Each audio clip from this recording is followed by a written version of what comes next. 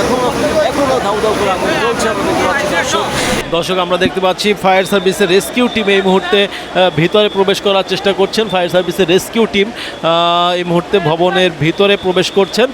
আমরা আপনাদেরকে দেখানোর চেষ্টা করছি এবং এবং এবং আগুনের অগ্নিশিখা আমরা দেখতে পেলাম এই মুহূর্তে। আগুনের অগ্নিশিখা আমরা এখন দেখতে পেলাম সেই ভবনের ছাদ থেকে আমরা আগুনের অগ্নিশিখা দেখতে পেলাম। এই আপনাদেরকে দর্শক দেখানোর চেষ্টা করছি আগুনের অগ্নিশিখা এই মুহূর্তে ঠিক ছাদে দেখা যাচ্ছে।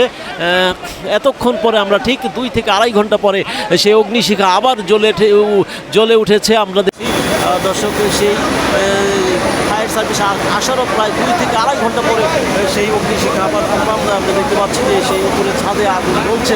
এখন পর্যন্ত আগুন জ্বলছে দর্শক। এই যে আপনাদেরকে দেখানোর চেষ্টা করছি এখন পর্যন্ত আগুন জ্বলছে।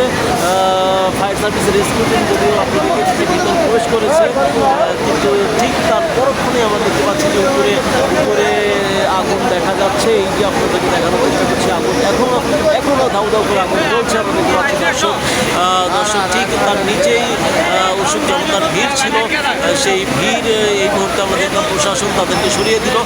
দর্শক এই যে আপনাদেরকে দেখানোর চেষ্টা করছি যে আগুন এখনো জ্বলছে, এখনো ধাউ ধাউ করে আগুন জ্বলছে দর্শক। যেহেতু এটি 12 তলা ভবনের ঠিক উপরে আমরা দেখতে পাচ্ছি ছাদে হয়তোবা কেউ প্রবেশ করেছে, হয়তো কেউ ছাদে প্রবেশ করেছে। সেখান থেকে আমরা দেখতে পাচ্ছি লাইট মেরে আমরা এখান থেকে যতদূর আমাদের খালি চোখে দেখা যাচ্ছে তাতে মনে হচ্ছে কেউ হয়তোবা ছাদে উঠেছে, সেখান থেকে লাইট মারছে এবং হয়তোবা যদি ফায়ার সার্ভিসের কর্মীরা সেখানে উঠে থাকেন তাহলে হয়তোবা তারা সেই আগুন নেভানোর চেষ্টা করছেন।